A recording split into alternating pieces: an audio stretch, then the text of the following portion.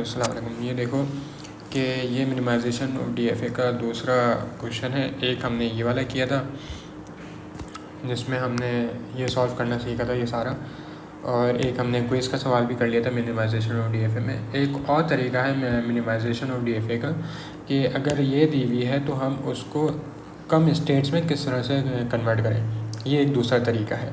तो अब चल लेते हैं इसको। पढ़ना तो आसान हो गया है हमारे प्रीवियस वीडियो में जो मैंने बताया था कि किस तरह से पढ़ते हैं, और ऑटोमेटा में अगर आपने पढ़ा होगा तो ये उसमें पता चल जाता है। अच्छा, इसका एक ट्रांजिशन टेबल होता है। मैं इस पर हेडिंग डालना भूल गया, इस पर हेडिंग डाल दूँगा। इस पर एक ट्रांजिशन टेबल बनता है। अगर मैं ये सारा लूँ और इसको कन्वर्ट करूँ एक टेबल में तो ये मेरे पास ये टेबल बन जाता है। फिर उसके बाद जो है सेकंड स्टेप जो होता है वो इसका होता है कि ट्रांजिशन टेबल से देख के मैं ये जो है ये बना लूँ। ठीक है, पहली वाली लाइन मुझे पता चल जाती है कि किस तरह से बनेगी, वो मैं डायरेक्टली ही डायग्राम को देख के बना सकता हूँ। और दूसरी वाली लाइंस जो हैं वो मैं इसको देख के बना सकता हूँ। सही है, ये पहला स्टेप है, ये सेकंड स्टेप है और ये थर्ड स्टेप है। थर्ड स्टेप में हमारा गोल अचीव हो जाता है कि किस तरह से मिनिमाइज़ कर सकते हैं। तो अब देख लेते हैं कि किस तरह से चलते हैं। अच्छा, जैसे यहाँ पर बोला हुआ है कि ये एक स्टार्ट है, मैं यहाँ पर मेंशन कर दूँ कि ये एक स्टार्ट स्टेट है। ठीक है, ये एक स्टार्ट स्टेट है Q0 की हमारे पास, और ये मैंने मेंशन भी किया हुआ यहाँ पर। ठीक है, Q0 जो है मेरे पास अभी ये सिर्फ ये यहाँ पर ट्रांजिशन टेबल में देखिएगा कि ब्लैक से कौन कौन सी चीज़ें लिखी हुई हैं। Q3 ये जो रेड से लिखा हुआ है और ऑरेंज कलर की लाइन है ये हम बाद में देखेंगे कि क्यों लगा रहे हैं हम। ठीक है, तो Q0 है, Q1 है, Q2 है, Q3 है, Q4 है, Q5 है, Q6, Q7। तो यहाँ पर जितनी भी स्टेट्स हैं वो सारी उठा के यहाँ पर लिखनी नहीं है। Q0, Q1 और Q2 है, Q3 है, Q4 है, Q5 है, Q6 है, Q7 है, ये सारी स्टेट यहाँ पर उठा के लिख लेनी है। अच्छा, जो ट्रांजिशन जिस चीज़ से हम ट्रांजिशन कर रहे हैं वो भी मेंशन करनी है। A है और एक B है हमारे पास, तो मैंने यहाँ पर लिख लिया, एक दफ़ा A एक दफ़ा B यहाँ पर लिख लिया। अब वही होगा सिंपली कि Q0 से A से जा रहा है, कहाँ पर जा रहा है, Q1 की तरफ। तो मैंने Q0 लिखा और A से लिखा, मैंने बोला कि Q1 की तरफ जा रहा है, वो लिख लिया। ठीक है, अब Q0 से B से कहाँ जा रहा है, Q5 की तरफ जा रहा है, तो मैंने Q0 यहाँ पर लिखा हुआ है, B यहाँ पर लिखा हुआ है, Q5 की तरफ जा रहा है। Q0 B से Q5 की तरफ। ठीक है, इस तरह से पढ़ेंगे। तो ये सारी जो है मैंने सारी जो ट्रांजेक्शन थी वो मैंने यूँ करके लिखनी ट्रांजिशन टेबल के अंदर। सही है, अब देखते हैं कि हम इसको तो हमने क्वेश्चन को उतार लिया है कि किस तरह से हमारे पास यहाँ पर आएगा। अच्छा, अब ये देखते हैं कि हमारे पास ये इक्विवेलेंसी जो है इक्वेशन हमने बनानी है वो सारी किस तरह से होगा, सिंप्लीफाइड करना है, किस तरह से करना है वो देख लेते हैं। ठीक है, तो एक इक्वेशन तो हम ये बनाएंगे कि इक्वेशन नंबर 0, इक्विवेलेंसी 0। ठीक है, इक्विवेलेंसी बोल लिया जाए, इक्वेशन बोल ली जाए, एक ही बात है, वो ऐसा कोई इतना बड़ा डिफरेंस नहीं है, बस हमें आंसर हमारा निकलना चाहिए। ठीक है, तो मैंने क्या किया, सिर्फ Q2 जो है वो अलग लिखा, बाकी सारी स्टेट एक साथ कर ली। वजह यह है कि Q2 जो है हमारी फाइनल स्टेट है, जब जो भी फाइनल स्टेट होगी उसको मैं एक अलग से ब्रैकेट में लिखूँगा। अलग से ब्रैकेट बोल रहे हैं या फिर ग्रुप बोल रहे हैं, ठीक है, वो एक अलग ग्रुप में होगा। बाकी इसके अलावा जितनी भी होंगी normal states including start state जो है वो एक ब्रैकेट के अंदर मैंने उठा के लिख दी यहाँ पर। ठीक है, तो अब चल लेते हैं हम किस तरह से पढ़ेंगे कि भाई कि यहाँ से देखना शुरू करेंगे कि Q0 Q1 पे। ठीक है, सबको Q0 को सबसे मैच करते हुए जाएंगे और जो जो इसके ग्रुप में आते जाएंगे वो यहाँ पर लिखते जाएंगे। पढ़ना किस तरह से है कि Q0 हमारे पास Q1 में आ रहा है या नहीं आ रहा। ठीक है, तो A और B के हिसाब से देखेंगे। Q0 हमारे पास Q1 में भी आ रहा है, ठीक है, सही है, मौजूद है, और Q0 B से Q5 पे जा रहा है। ठीक है, अभी मैंने सिर्फ ये देखा है कि Q0 कहाँ पर है। अच्छा, अब मैं कंपेयर करना शुरू करूँगा कि Q0 को Q1 से। ठीक है, क्या Q0 का A और B का आंसर सेम है? अगर मैं Q0 से A की ट्रांजिशन करता हूँ तो मैं Q1 पे पहुँच रहा हूँ, हाँ पहुँचा हूँ, और Q1 से A की ट्रांजिशन कर रहा हूँ तो Q6 पे पहुँच रहा हूँ। तो Q1 से A की ट्रांजिशन कर रहा हूँ, Q0 से A की ट्रांजिशन कर रहा हूँ तो मैं Q1 पे पहुँच रहा हूँ, और अभी मैं यहाँ पर इन दोनों को कंपेयर कर रहा हूँ, ठीक है, और Q1 को A से ट्रांजिशन कर रहा हूँ तो मैं Q6 पे पहुँच रहा हूँ। तो मैं देखूँगा कि क्या ये दोनों चीज़ें एक ग्रुप में हैं या नहीं। बिल्कुल ग्रुप में है, Q1 भी एक ग्रुप में और Q6 भी एक ग्रुप में।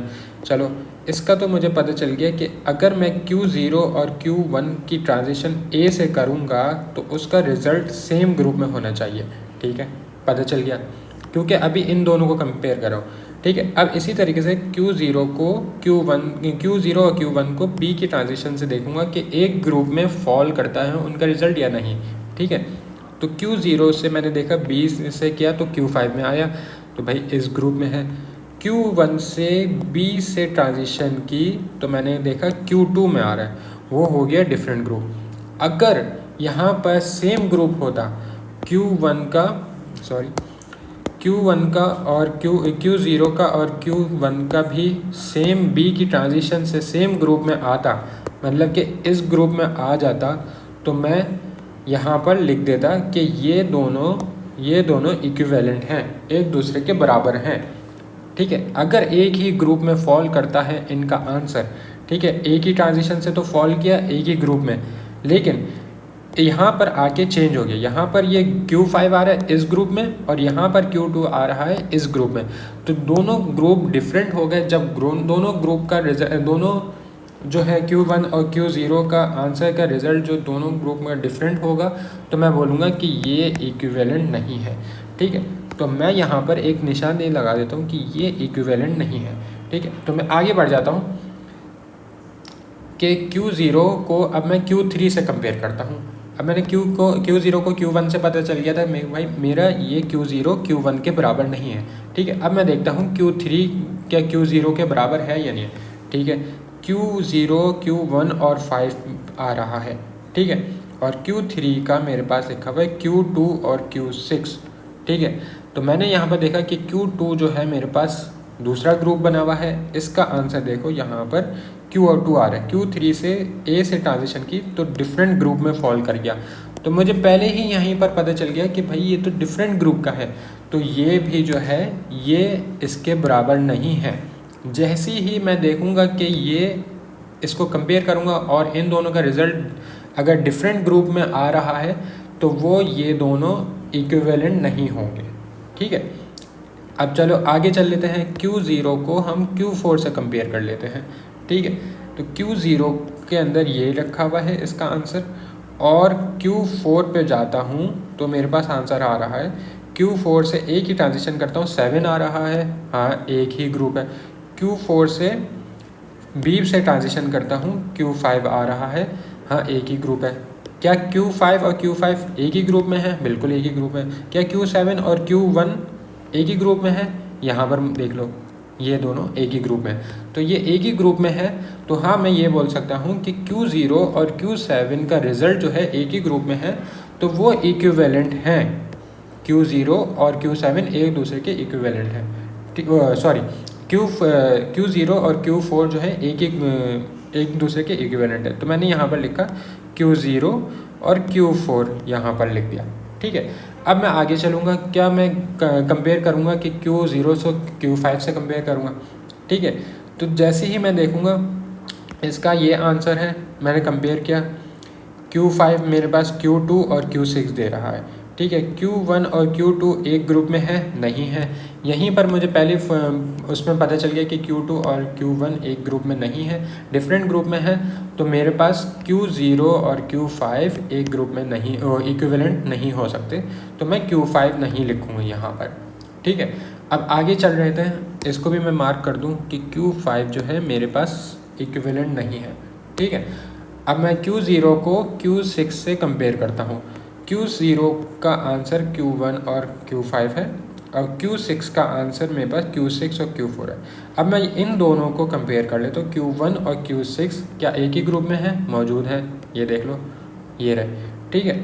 Q4 और Q5 एक ही ग्रुप में है? मौजूद है, एक ही ग्रुप में है, ठीक है।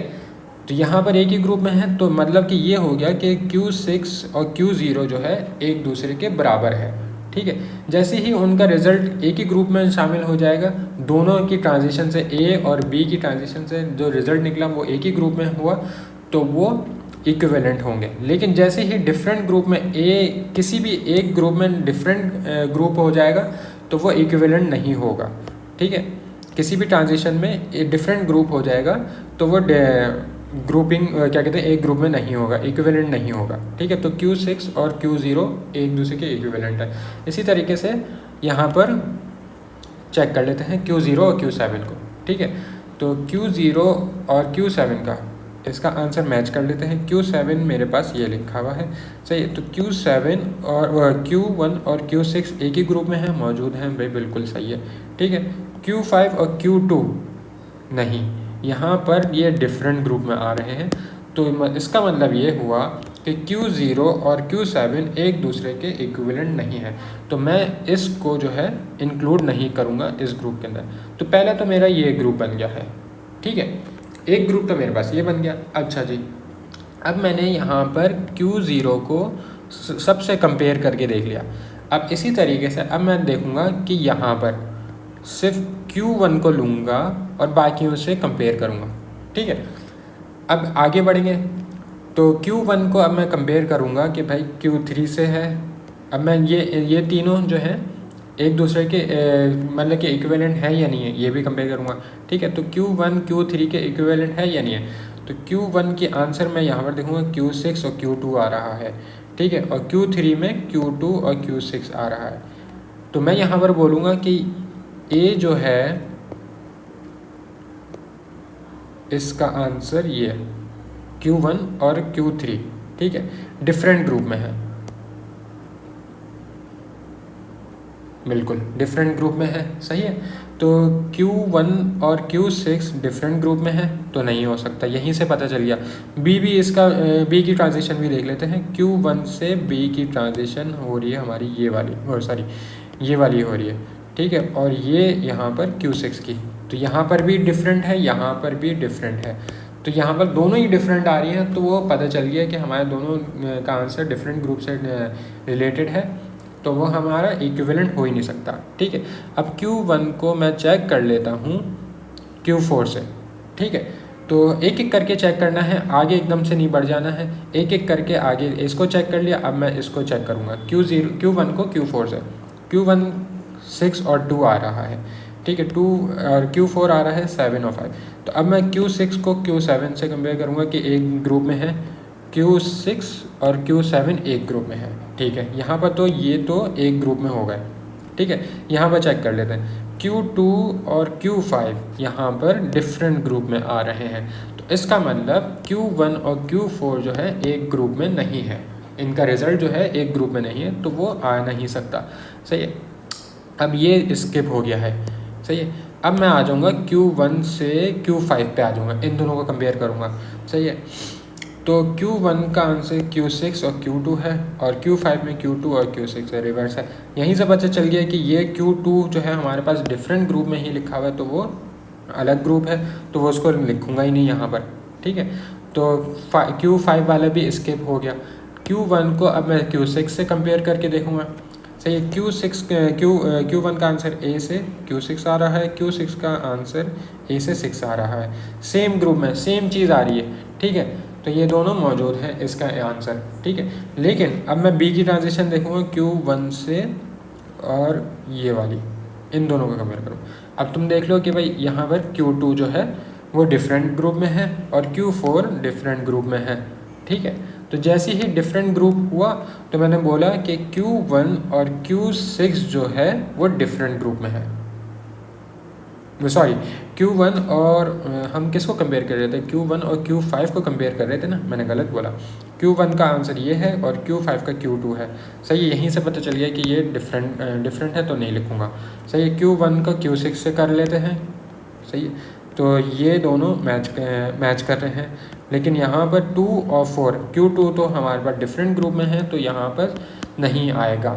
Q1 और Q6 एक साथ ग्रुप में, इनका रिजल्ट जो है एक साथ ग्रुप में नहीं है, तो नहीं लिखूँगा। ठीक है, Q1 और Q7 को कंपेयर कर लेते हैं अब। ठीक है, एक और आगे बढ़ जाते हैं। Q1 और Q7 से हमारे पास क्या आंसर आ रहा है, एक ये आ रहा है और एक ये आ रहा है। यहाँ पर ये दोनों तो मैच कर रहे हैं और ये दोनों भी मैच कर रहे हैं। ठीक है। अब तुम ये देखो कि यहाँ पर Q6 सेम ग्रुप से ताल्लुक़ रखता है, ठीक है। यहाँ पर आ रहा है इन दोनों का रिज़ल्ट, Q1 से A चलाया तो जब भी Q6 आ रहा है, Q7 से A चलाया तो जब भी Q6 आ रहा है, सेम ग्रुप में है, ठीक है। लेकिन इसका Q1 का B से चलाया तो Q2 आ रहा है, और Q7 का B से चलाया तो Q2 आ रहा है। यहाँ पर ट्रांजिशन दो डिफरेंट ग्रुप से तो हो सकती है, लेकिन यहाँ पर ट्रांजिशन का रिजल्ट सेम ग्रुप से होना चाहिए, सही है। मतलब कि यहाँ पर ये जो चीज़ है वो सेम ग्रुप में होनी चाहिए, ये नहीं कि ये दोनों और ये दोनों सेम ग्रुप में हो, ठीक है। डिफरेंट ग्रुप से तो ताल्लुक़ रख सकते हैं, लेकिन ये और ये सेम होना चाहिए, ठीक है। ये दोनों सेम, वर्टिकल लाइन सेम होनी चाहिए, ठीक है, सेम ग्रुप से ताल्लुक़ होना चाहिए। लेकिन यहाँ पर ये ज़रूरी नहीं है कि ये और ये वाली जो है ये सेम ग्रुप से ताल्लुक़ हो, ठीक है।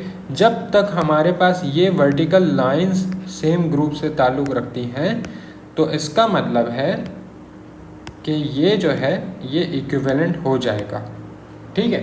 तो इसलिए हमने यहाँ पर Q7 डाल दिया है, ठीक है। इसी तरीके से अब मैं चेक करूँगा कि मेरे पास Q0 हो गया, Q1 हो गया। अब मैं जाऊँगा Q3 की तरफ, ठीक है। Q3 को आगे से कंपेयर करना शुरू करूँगा। पहले मैंने Q0 को कंपेयर किया था तो इससे आंसर ये आ गया था, Q1 को कंपेयर किया तो इससे आंसर ये आ गया। अब मैं देखूँगा Q3 को कंपेयर करूँगा किससे, Q3 को Q4 से कंपेयर करता हूँ, ठीक है। तो Q3 का आंसर जो है मेरे पास Q2 आ रहा है और Q4 का आंसर Q7 आ रहा है। यहीं पर डिफरेंट ग्रुप हो गए, ये वर्टिकल लाइन डिफरेंट ग्रुप से हो गई तो मैं नहीं लिखूँगा, ठीक है।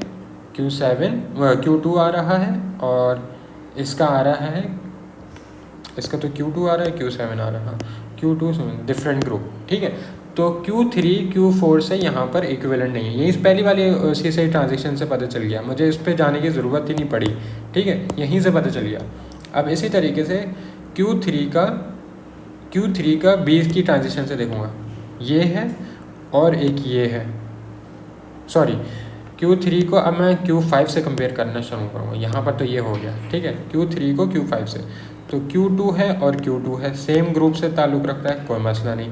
यहाँ पर देखूँगा Q6 है और Q6 है तो सेम ग्रुप से ताल्लुक़ रख रहा है, बिल्कुल ठीक है। तो यहाँ पर Q3 और Q5 जो है वो एक ही ग्रुप से ताल्लुक़ रखते हैं, तो उसका एक ग्रुप बना दिया, ठीक है। ये हो गए हमारे पास। अब मैं आगे चलूँगा, Q3 को एक ग्रुप बन गया है मेरे पास, ठीक है। अच्छा जी, Q3 को अब मैं कंपेयर करूँगा Q7 से कंपेयर करूँगा, Q6 से कंपेयर करूँगा, Q6 से कंपेयर करूँगा। मैं यहाँ पर ये ब्रैकेट पूरा अभी लगा नहीं रहा, समझ लो अभी मेरे पास ब्रैकेट लगा हुआ नहीं है। मैं बाकी को भी कंपेयर कर लेता हूँ, ठीक है। Q3 को Q6 से कंपेयर कर लेता हूँ, तो Q3 का आंसर ये है, ये दो Q2 और Q6 डिफरेंट ग्रुप हो गया, यहाँ पर नहीं आ सकता, वर्टिकल लाइन डिफरेंट ग्रुप से हो गई, ठीक है। इसी तरीके से Q2 को Q6 से यहाँ पर Q7 वाले से कर लेते हैं, तो इसका डिफरेंट ग्रुप हो गया यहाँ पर, ठीक है, तो वो इक्विवेलेंट नहीं है, ठीक है। अच्छा, ये तो हो गया हमारे पास Q3 तक ये चीज़। अब मैं चेक करूँगा यहाँ पर ये Q3 क्यों लिखा हुआ है, ये मुझे देखना है, मैं भी आइडेंटिफाई करूँ। अच्छा, Q4 से अब मैं यहाँ से चलना शुरू करूँगा, Q4 और यहाँ पर क्या मिसिंग है, यहाँ पर आएगा Q2 आएगा, मैंने कुछ, हाँ यहाँ पर आएगा, ये Q2 आएगा, इसको मैं Q2 कर दूँ, ये सही है, ठीक है। अच्छा, अब मैंने क्या किया, मैंने ये भी कंपेयर कर सकता हूँ। अब मैं जैसे सबको कंपेयर कर रहा था, इसी तरीके से मैं Q5 को भी कंपेयर कर लूँगा, उनको भी मैच करके मैंने देख लिया था, नहीं हो रहा था, ठीक है। Q5 को Q6 से, Q5 को Q7 से कंपेयर कर लेते हैं एक दफ़ा, कि Q5 जो है Q2 से आ रहा है, इसका आंसर A से आ रहा है, और Q6 डिफरेंट ग्रुप है तो नहीं लिखूँगा, ठीक है, सही है। अच्छा, Q5 को B से और ये भी ये सेम आ रहा है, यहाँ पर डिफरेंट आ रहा है और ये सेम आ रहा है, तो वो नहीं होगा, दोनों सेम होने चाहिए। ठीक है, अब Q5 को Q से इससे और इसको कंपेयर कर लेता हूँ, ये भी डिफरेंट आ रहा है तो ये भी नहीं हो रहा। ठीक है, तो इस तरह से जो है मेरे ये 3 ग्रुप्स तो बन गए इसके, और ये जो है एक अलग सेपरेट लिखा हुआ था, तो वो जो सेपरेट है तो उसको सेपरेट ही रहने दूंगा। ठीक है, यहाँ पर अगर आगे कुछ लिखा हुआ होता तो वो मैं उसको कंपेयर करता, लेकिन चूंकि ये फाइनल स्टेट है क्योंकि इसलिए इसको बिल्कुल सेपरेट लिखते हैं। ठीक है, इसी तरीके से अब मैं यहाँ पर देखना शुरू करूँगा। अब एक वर्जन तो मुझे सिंप्लीफाइड मिल गया। अगर मैं यहाँ पर पूरा कंपेयर सबको एक दूसरे से कंपेयर करना शुरू करता हूँ और मेरा रिज़ल्ट ये ही निकलता है, इक्वेशन 2 का यहाँ पर सेम निकलता है, तो मेरा इसका मतलब होगा कि ये मेरा आंसर है। ठीक है, तो अब यहाँ पर कंपेयर करना शुरू करते हैं Q0 को Q4 से। ठीक है, तो Q0 को Q4 से, यहाँ पर ये और ये सही है, तो Q1 और Q7 तो सेम होगा, एक ही ग्रुप से ताल्लुक़ रखता है कि नहीं। Q0 को Q4 से कंपेयर किया, नहीं। अब देखो Q0 का आंसर, अब इस चीज़ को भूल जाओ। ठीक है, अब यहाँ पर देखना शुरू करेंगे हम कि यहाँ पर आंसर जो है इन दोनों का सेम है या नहीं। ठीक है, तो Q0 और Q4, तो यहाँ पर Q1 आ रहा है और यहाँ पर Q7 आ रहा है डिफरेंट ग्रुप का। ठीक है, बल्कि नहीं, सेम आ रहा है। Q1 पे अगर मैंने Q0 पे A लगाया है, यहाँ पे Q0 पे मैंने A लगाया है तो मेरे पास Q1 आ रहा है, और Q4 पे मैंने A लगाया है तो सेम है। इसलिए कि दोनों आंसर ये Q1 और Q7 सेम ग्रुप में यहाँ पर लाए कर रहे हैं। ठीक है, तो मैंने ये Q1 और A की ट्रांजिशन तो फुलफ़िल हो गई। अब मैं Q0 को B पे ट्रांजिशन करूँगा तो 5 और यहाँ पर 5 आ रहा है यहाँ पर भी। ठीक है, Q5 दोनों आंसर आ रहे हैं। ठीक है, Q4 पे मैंने B चेक किया और यहाँ पर भी Q0 पे B चेक किया, तो इन दोनों का आंसर मेरे पास Q5 पे आ रहा है। ठीक है, जो कि एक ही ग्रुप में है। तो मैंने बोला कि भाई Q0 और Q4 एक ही, उन दोनों का आंसर एक ही ग्रुप में आ रहा है, तो मैंने बोला ठीक है, सही है, ओके, मेरे पास ये एक ग्रुप बन गया। ठीक है, अब मैं Q0 को Q6 से भी चेक करूँगा। ठीक है, अच्छा भाई, Q0 को मैं Q6 से चेक कर लेता हूँ, ये आंसर और ये आंसर, Q1 और Q6 सेम ग्रुप में है, यहाँ पर नहीं है, Q1 अलग है, Q6 अलग ग्रुप में है। ठीक है, तो यहाँ पर ही पता चल गया कि यहाँ पर इक्विवेलेंट एक ही ग्रुप में नहीं है, तो मैंने बोला नहीं, तो मेरा इसका मतलब ये हुआ कि Q0 और Q4 सिर्फ इसका ये यहाँ पर सिंप्लीफाइड बन जाएगा। ठीक है, अब Q6 मेरे पास अलग हो जाएगा क्योंकि ये अलग ग्रुप हो गया और ये अलग ग्रुप हो गया। सही है, इस तरह से चलेगा।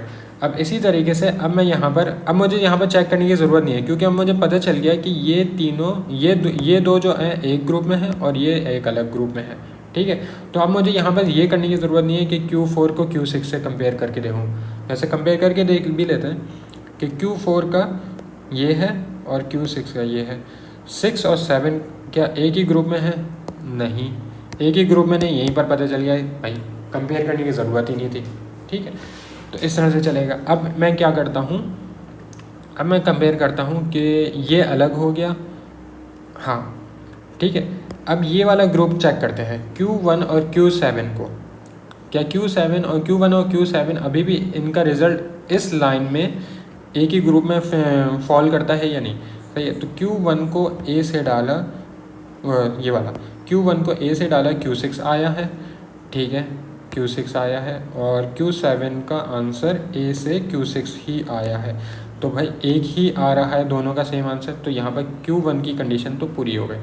अब इसी तरीके से B की ट्रांजिशन देखते हैं कि Q1 को Q2 आ रहा है और Q7 में भी Q2 आ रहा है, बिल्कुल एक ही ग्रुप में फॉल करते हैं, वर्टिकली देखना है, ये याद रखना।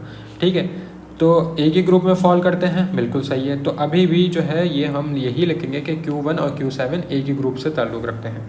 ठीक है, इसी तरीके से Q3 और Q5 चेक कर लेते हैं। Q3 और Q5 बोल रहा है क्या बोल रहा है कि Q3 और Q5 एक ही ट्रांजिशन पे Q2 दे रहा है, सही है, एक ही ग्रुप से ताल्लुक़ रखता है। Q3 एक ही ट्रांजिशन से तो फुलफ़िल हो गई। अच्छा, अब Q5 हम देख लेते हैं, और Q5 पे बी की ट्रांजिशन, इनके ऊपर बी की ट्रांजिशन देख लेते हैं। तो Q6 है और Q6 है, ठीक है, वर्टिकली सेम है, ठीक है, यहाँ पर आ रहा है, सेम ग्रुप से ताल्लुक़ रख रहा है, ठीक है। तो Q3 और Q5 जो है, इन दोनों का रिज़ल्ट भी सेम उससे आ रहा है, तो ठीक है, ये यहाँ पर एक ग्रुप बन गया। और वैसे ही यहाँ पर Q2 लास्ट में है, तो इसमें तो दो को कंपेयर नहीं कर सकते, इसमें एक ही चीज़ पड़ी हुई है, तो इसको दो के कंपेयर नहीं कर सकते, ठीक है। अब देख लेते हैं, यहाँ पर देखें कि यहाँ पर चेंज जो हुआ है वो बस सिर्फ इस इक्वेशन में चेंज हुआ है, बाकी ये सारा कुछ सेम था। मैंने जैसे चेंज देखा तो मैंने इसको बोला कि भाई ये इक्वेशन 2 बन गई, इसको मैंने और सिंप्लीफाइड कर लिया। अगर मेरा आंसर यही आता, यहाँ पर ब्रैकेट बीच में से हट जाता और ये एक ही ग्रुप में फॉल होते, तो इसका मतलब है कि ये दोनों सेम हैं, ठीक है। मैं जब तक कंपेयर करता रहूँगा, जब तक ऊपर नीचे इक्वेशन का आंसर सेम नहीं आ जाएगा, ठीक है। अब ये मेरे पास ये एक और फाइनलाइज्ड आ गई है। अब मैं इसको फिर से करता हूँ, Q0 को Q4 से कंपेयर करता हूँ। भाई मैंने यहाँ पर ही कंपेयर कर लिया था, मुझे यहाँ पर कंपेयर करने की ज़रूरत नहीं है, वैसे भी कंपेयर करके देख लेते फिर भी। Q4 सेम ग्रुप में ताल्लुक़ रखते हैं या नहीं। अब मैं यहाँ पर देखूँगा, ठीक है, Q0 का आंसर A से 1 आ रहा है, ये आ रहा है, ठीक है, और Q4 का आंसर A से 7 में आ रहा है, तो दोनों एक ही ग्रुप में इनका रिज़ल्ट आ रहा है, ठीक है। तो मैंने बोला A की ट्रांजिशन तो फुल हो गई, ठीक है। अब B की ट्रांजिशन से देख लेते हैं, Q0 पे Q5 आ रहा है B की ट्रांजिशन से, और Q4 से B की ट्रांजिशन से Q5 आ रहा है, सेम ग्रुप में आ रहा है, सेम चीज़ आ रही है, सेम ही वैल्यू आ रही है, तो मुझे पता चल गया कि सेम वैल्यू दोनों इक्विवेलेंट है, ठीक है। Q6 मेरा डिफरेंट ही है। अब यहाँ पर Q1 और Q7 को देख लेते हैं कि इस लाइन में इनका ग्रुप का रिज़ल्ट आता है या नहीं, ठीक है। तो Q1 हम देखते हैं, Q1 जो है हमारे पास A से यहाँ पर आ रहा है, और Q7 से ये सेम चीज़ आ रही है, ठीक है, सेम रिज़ल्ट आ रहा है ये वाला, ठीक है, तो एक ही ग्रुप से है। अब B की ट्रांजिशन देख लेते हैं, Q1 और Q7 की। Q2 आ रहा है और Q2 आ रहा है, सेम ट्रांजिशन आ रही है, सेम वैल्यूज़ आ रही है, तो भाई मैंने बोला कि ये एक दूसरे के इक्विवेलेंट है, ठीक है। अब आगे चल लेते हैं, ये भी चेक कर लेते हैं Q3 और Q5 को। Q3 और Q5, Q3 के ऊपर एक ही ट्रांजिशन चलाई और Q5 के ऊपर एक ही ट्रांजिशन चलाई, सेम ग्रुप में लाई करता है, Q2 आ रहा है, ठीक है। इसी तरीके से Q5 को भी चेक कर लेते हैं, B की ट्रांजिशन से, सही है, तो सेम ये और ये सेम वर्टिकल सेम हो रहा है, सेम ही ग्रुप से है, बिल्कुल सेम ग्रुप से है, तो ये भी पता चल गया कि हमारे पास अभी यही है, ठीक है। ये दोनों, ये सारा कुछ सेम आ रहा है अभी यहाँ तक, ठीक है। अब एंड में बचा हमारे पास Q2 हमारे पास वैसे ही उतर जाएगा। तो मैंने जैसे ही देखा कि इनका रिज़ल्ट मेरे पास सेम आ रहा है, कि मैंने इसको कंपेयर करके देख लिया, सब इस लाइन को इस से कंपेयर करके देख लिया, तो मेरा आंसर सेम आ रहा है ये पूरा। तो इसका मतलब है जब मेरा आंसर सेम आ गया है तो मेरा आंसर यही होगा, ठीक है, ये सेकंड वाली लाइन, ठीक है। तो ये मेरी सेकंड वाली लाइन जो है ये आंसर बनेगी। अब मैं यहाँ पर देखूँगा कि भाई ये जो है कितनी स्टेट्स है, 1 2 3 4 5। पहला स्टेप हमारा कंप्लीट हो गया है, दूसरा स्टेप हमारा कंप्लीट हो गया। अब आसान वाला स्टेप बचा है। सिंपली मैं ये करूँगा कि भाई यहाँ पर Q2 ये लिखा हुआ है मेरे पास इक्वेशन, ठीक है, तो यहाँ से मैं बनाना शुरू करूँगा। Q0 और Q4 को एक स्टेट में डाल दूँगा, ठीक है, Q6 की एक स्टेट बना दूँगा, Q1 और Q7 की एक स्टेट बना दी, Q3 और Q5 की एक स्टेट बना दी, Q2 की एक स्टेट बना दी। अब यहाँ पर मेंशन था कि भाई Q2 जो है मेरे पास वो फाइनल स्टेट है, ठीक है। तो इसी तरीके से जहाँ पर भी Q2 आएगा उसको मैं फाइनल स्टेट कर दूँगा।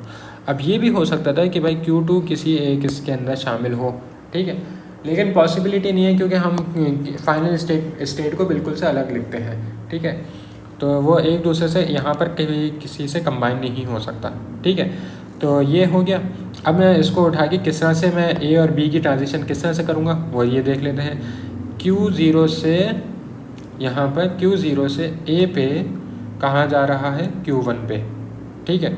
Q0 से A से मैं जा रहा हूँ Q1 पे, तो मैं ये बना दूँगा एक दफ़ा, सही है। और Q0 से मैं जा रहा हूँ B से कहाँ पर जा रहा हूँ Q5 पे, तो मैं B की ट्रांजिशन बना दूँगा ये इस पे। अब मैं वेरीफाई करूँगा कि क्या मेरा Q4 का भी सेम आ रहा है, इसी ग्रुप पे आ रहा है या नहीं, सही है। तो Q4 पे मैं A की ट्रांजिशन करूँगा तो 7 आ रहा है, तो 7 जो है Q1 के अंदर ही है, ठीक है। तो ये A से ट्रांजिशन की तो ये इसी ग्रुप में लाया गया, ठीक है। अब इसी तरीके से Q4 को मैं B के ऊपर ट्रांजिशन करूँगा तो Q5 पे जाऊँगा, तो ये तो सेम ही है, ठीक है। इसी तरीके से करते करते ये पूरी डायग्राम बनेगी हमारे पास, और ये जो है हमारे पास मिनिमाइजेशन ऑफ DFA जो है वो यहाँ पर कंप्लीट होगा।